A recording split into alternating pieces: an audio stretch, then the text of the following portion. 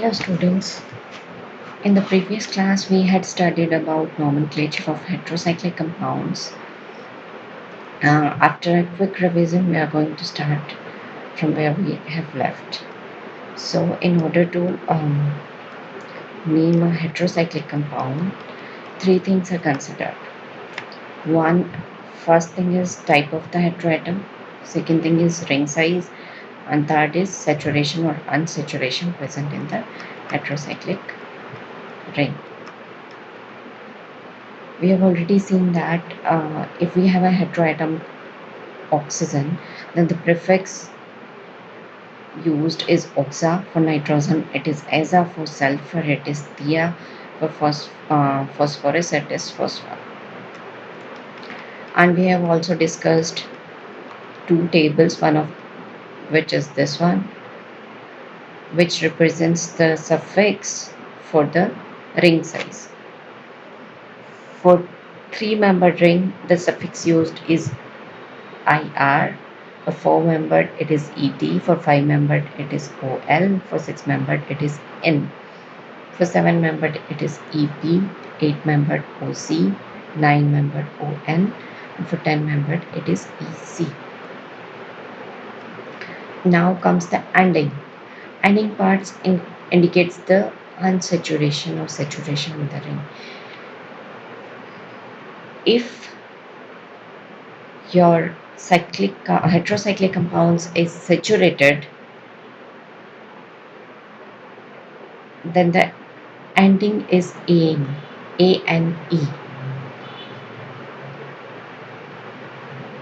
But the ring size is 3, 4 or 5 with a nitrogen heteroatom, then the ending changes. In those three cases, the ending becomes idine, IDINE.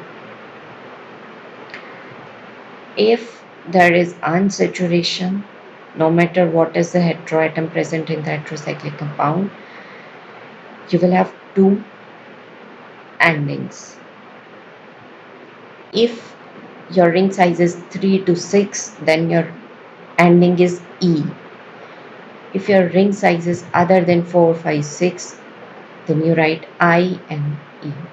So these two tables you will have to keep in mind. These three things combined form a heterocyclic compounds name. Now, if the systems have lesser degree of unsaturation, two conditions we have discussed. One, when there is unsaturation, other one when there is saturation. But if you have some bonds saturated, others unsaturated, in that case a new thing adds. In that case you add a prefix to represent how many bonds are saturated, and those are represented as dihydro, tetrahydro, etc.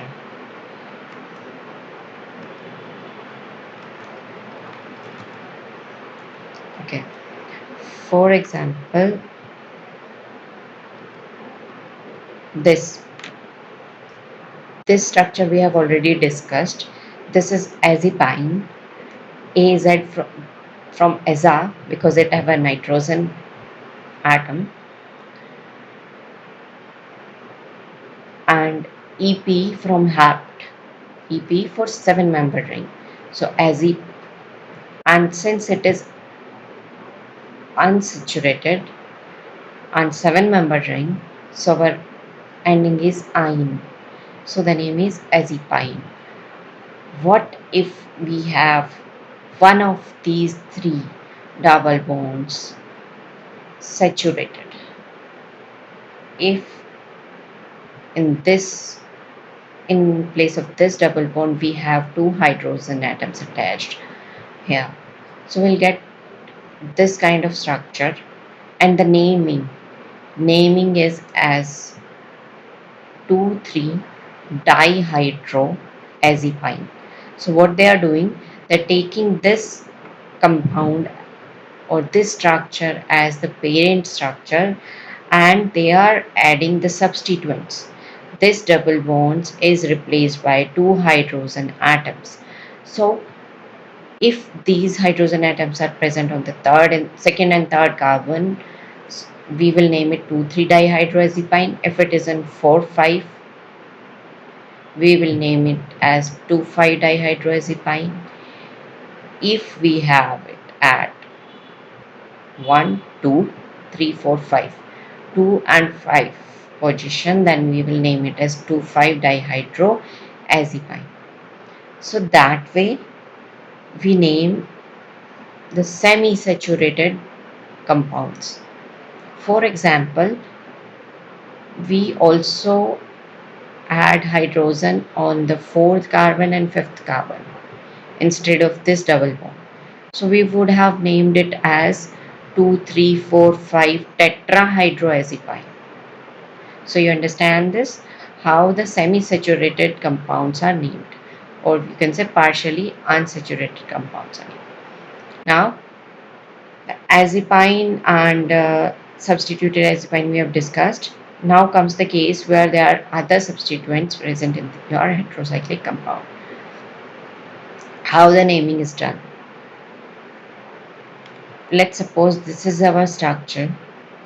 So the first rule is your hetero atom gets the number 1 in the numbering. So this is our 1, and now we have two other carbon atoms, one of which is substituted, other one has hydrogen. So we number it in such a way that the substituents get the lowest priority. So our heteroatom is 1, this carbon will get 2, and this carbon will get 3 number. So we will name it as 2 propyl. This is a propyl substituent, so it will be named as 2 propyl oxyrane. Ox from oxa, IR for 3-member ring, ane for saturated ring. So the name becomes 2-propyl oxyrane. Now comes the another example. In this case, we have a nitrogen heteroatom. This is a 3-member ring and have saturation. So we have in the second table we have seen, if we have a 3-member ring and it is saturated and it has nitrogen, so our ending is iridine. So in this case our name becomes, the ending is iridine, as iridine. For nitrogen it is azo. Now what about the substituents?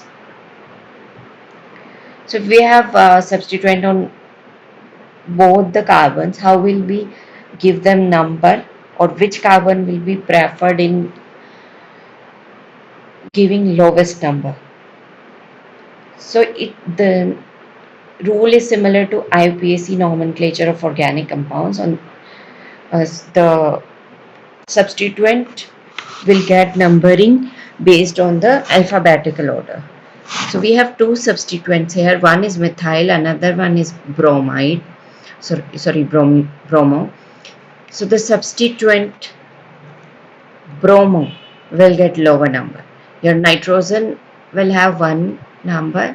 The carbon having a bromo substituted will get 2. Another one will get 3. So the name becomes 2-bromo 3-methyl aziridine. Clear? Now we have a 5-member saturated ring containing sulfur as a heteroatom. For a second, forget about the substituent. We have sulfur, so our prefix is thigh. 5-member ol saturated ane. So if we neglect the substituent, the name of the remaining structure is thiolane. Now what about the substituent? We have two substituent, one bromo, another one is ethyl. So the numbering is sulfur will get 1, the carbon having bromo will get 2, this one 3, for ethyl substituent carbon, it is 4. So our name becomes 2-bromo 4-ethyl thiolane. Alright.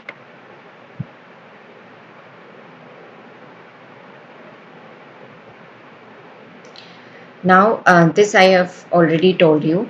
If we have partial saturation, or we can say partial unsaturation, in those cases, how do we name the compound? So what they do,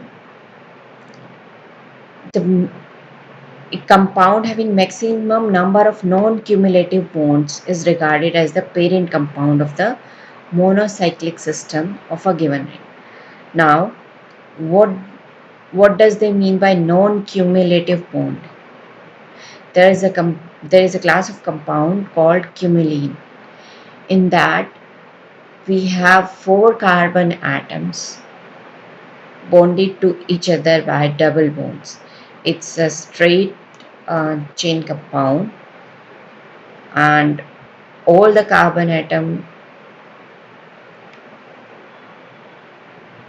are bonded to each other with double bonds. Let's see if I can write.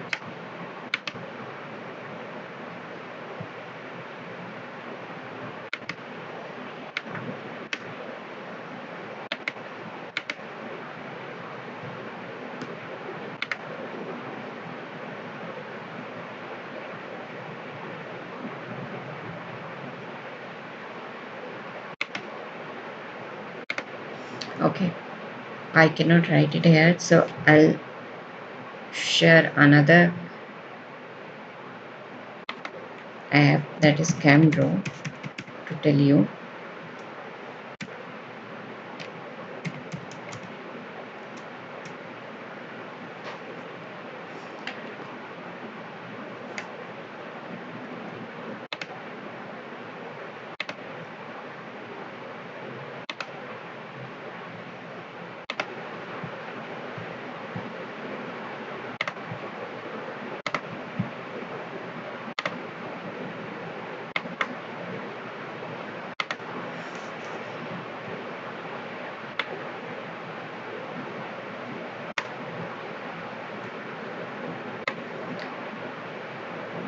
So here you can see Camdraw on the screen, and I'll tell you what is cumulene.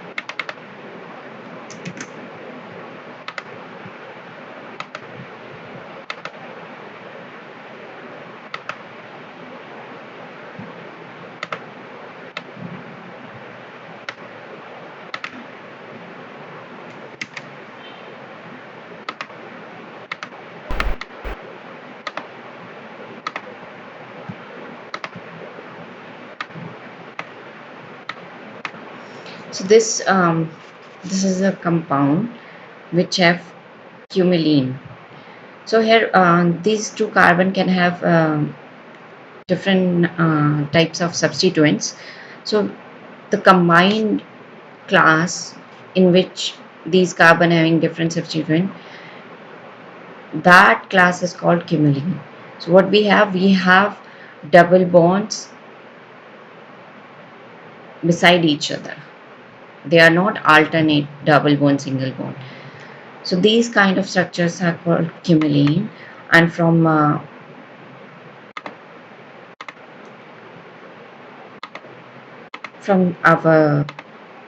these non-cumulative bonds, double bonds, what I mean is we have a double bond, then a single bond, then a double bond. And there is a possibility that there could be two double bonds in between, or sorry, two single bond in between two double bonds. So we cannot use the term consecutive double bonds here, but the maximum number of non-cumulative double bond is regarded as the parent compound for the monocyclic system. So in this case, for oxygen containing tricyclic heterocyclic compound, we have only two possibility, whether this is a double bond here or it can be a single bond. So there is no partially saturated compound here. But in the case of azepine or azocyne, you can clearly see we have more than one double bond. So there is a possibility of partial saturation or partial unsaturation. So if we have to name the partially unsaturated derivative of azepine and azocyne, what we will be doing, we will be naming the carbon, the saturated carbon, and writing the substituent either dihydro or tetrahydro, and then writing down the parent compound's name. Alright, so this we have already discussed. We have azepine, we have a saturated bond at carbon 2 and 3, so we'll write 2,3 dihydroazepine. So this way the numberings are done. When numbering, give priority to saturated atoms. Now what we have two cases here. Alright, and what is the difference in the both the cases? The first structure have a extra double bond here. So now we have to first identify the parent compound. So if we consider this compound, so our parent compound is azepine, nitrogen, 7-member ring, and it should be unsaturated, completely unsaturated. In that case, the ending is ine. So your parent compounds become azepine. Now we have to consider the substituents. Now if we consider first, this nitrogen have one numbering, so whatever is substituted on this nitrogen will get one number. So here we have ethyl, so it will get one ethyl, but here there's another substituent and this is our methyl. Now there are two possibilities. If we number it from this side, 1, 2, 3, 4, 5, this carbon gets fifth number, and if we number it in the clockwise direction, we'll get 1 for nitrogen, 2, 3, 4, 4 for methyl substituted carbon. So there are two possibilities, either we number it clockwise or we number it anti-clockwise. Alright, in both the cases this saturated bond will get a 4,5 dihydro name. The only confusion is in the numbering of this carbon which have a substituted methyl. So what we will do, we'll number it in such a way that this gets a lowest number. So the two possibilities were 1 ethyl, 4 methyl, 4,5 dihydroazepine, and the second one is 1 ethyl, 5 methyl, 4,5 dihydroazepine. So the first name that I told gets selected, that is 1 ethyl, 4 methyl, 4,5 dihydroazepine.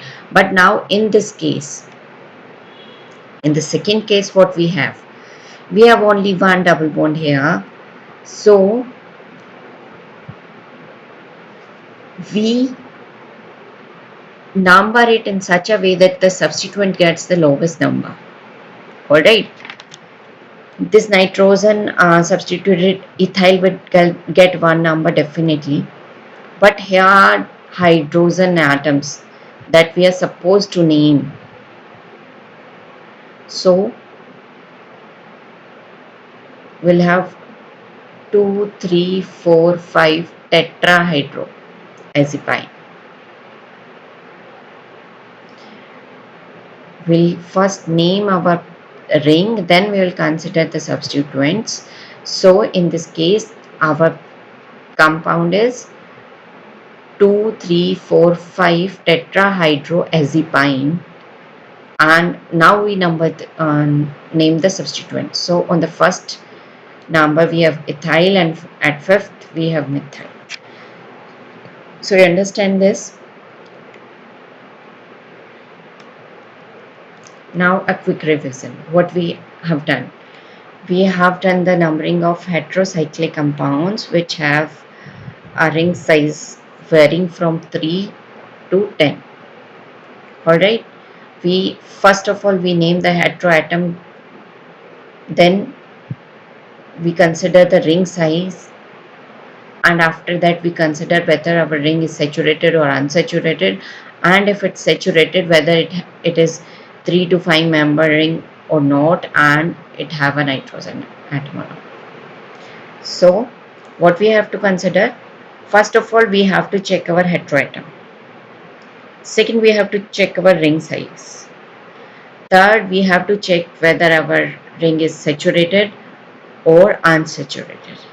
If our ring is saturated, then we have to check whether we have a nitrogen at the heteroatom, and if we have a nitrogen atom, then we will have to consider the ring size again, whether it is 3 to 5 member ring or bigger than that. So that way we have to name our heterocyclic compounds.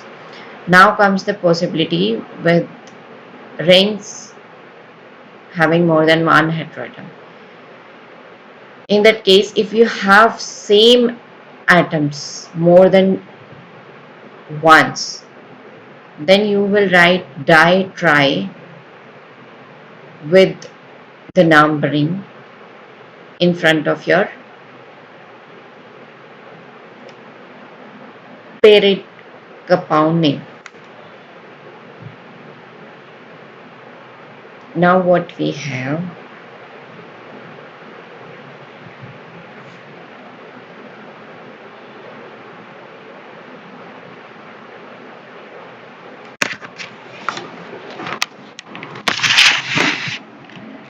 we have here 6 member ring, and the 6 member ring have nitrogen as heteroatom, and it is unsaturated.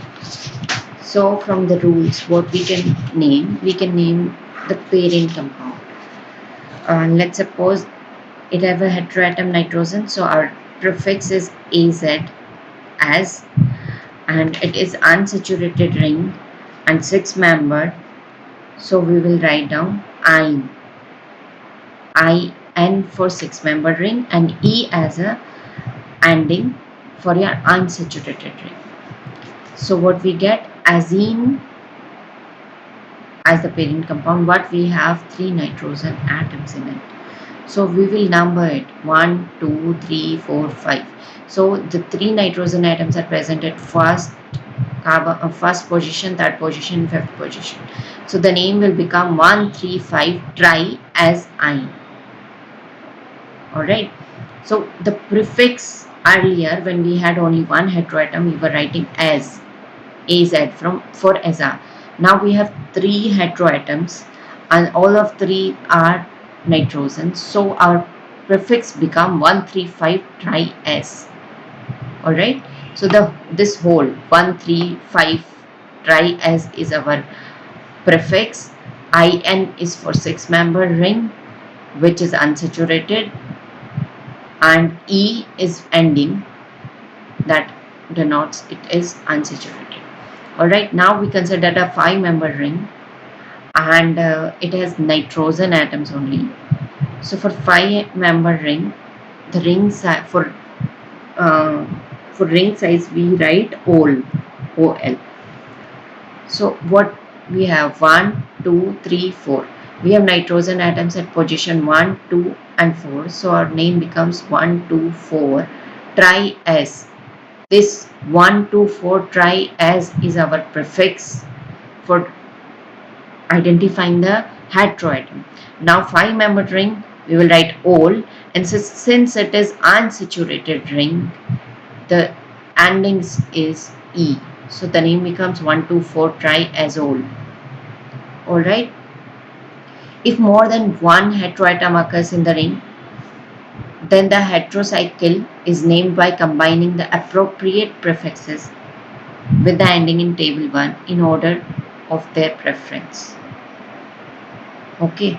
Now we have to give the preference. If we have different kind of heteroatoms, then we will have to give preferences. And for now, you consider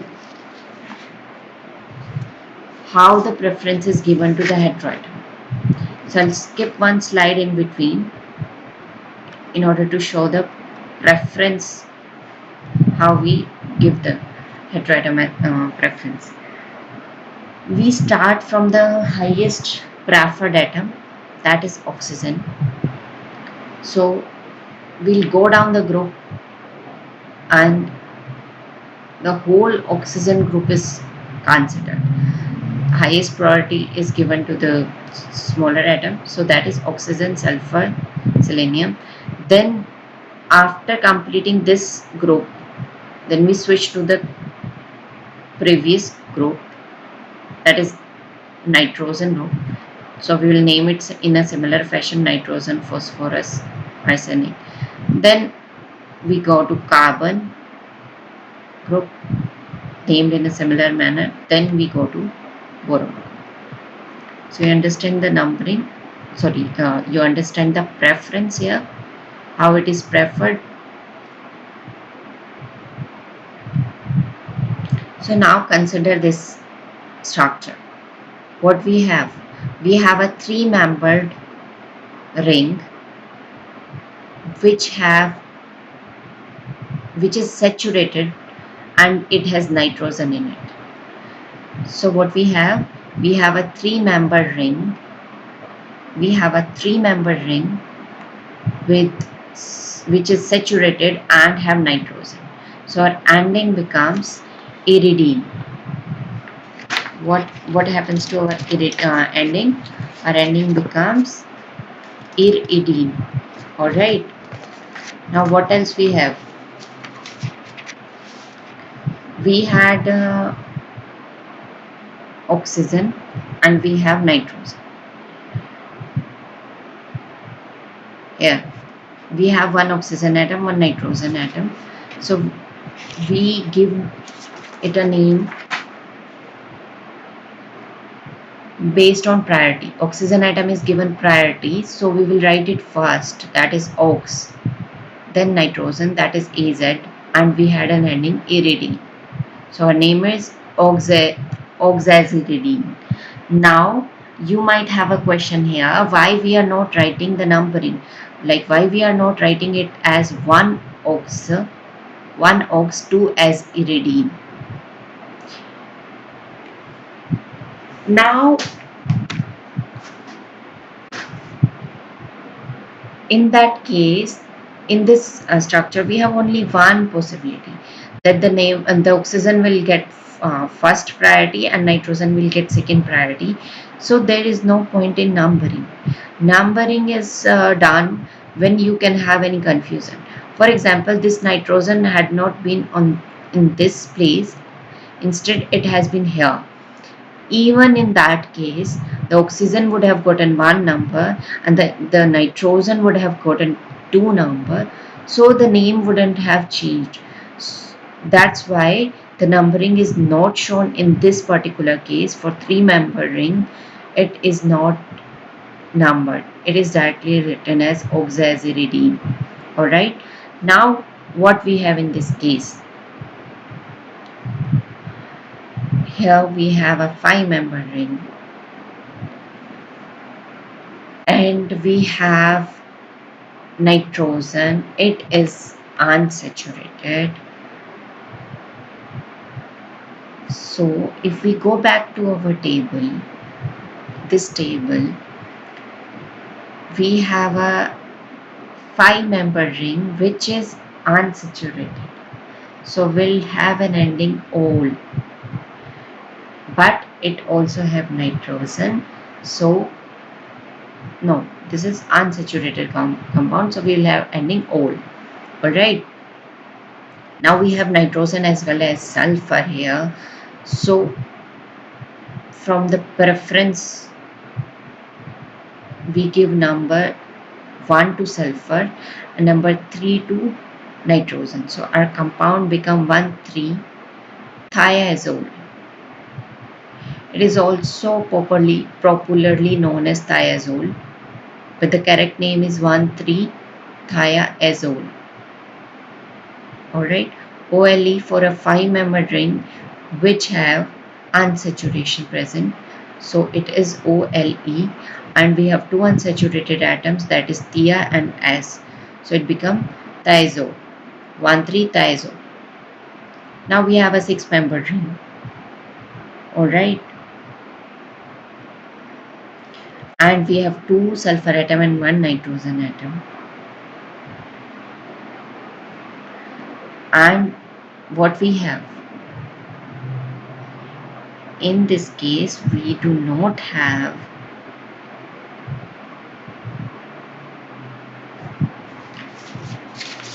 three double bonds. Instead, we have two double bonds. So what is the pairing compound in this case? Our pairing compound is azine. Alright. Azine was a 6-member ring. It's a 6-member ring, or you can say pyridine. Azine is an alternate name for pyridine. So our parent compound here is pyridine or azine. Now we have to name our heteroatoms here. What we have? We have, since our this parent compound is azine, but we have two sulfur as substituent, we will number them according to the priority. Since sulfur is from the oxygen family, it will get number 1, and the other sulfur will get number 4. Now we have to number this nitrogen in such a way it gets the lower priority. If we number this sulfur as 1, then this nitrogen will get a 3 number. If we number this sulfur as 1, this nitrogen will get 2. So what we are doing, we are numbering this sulfur as 1, and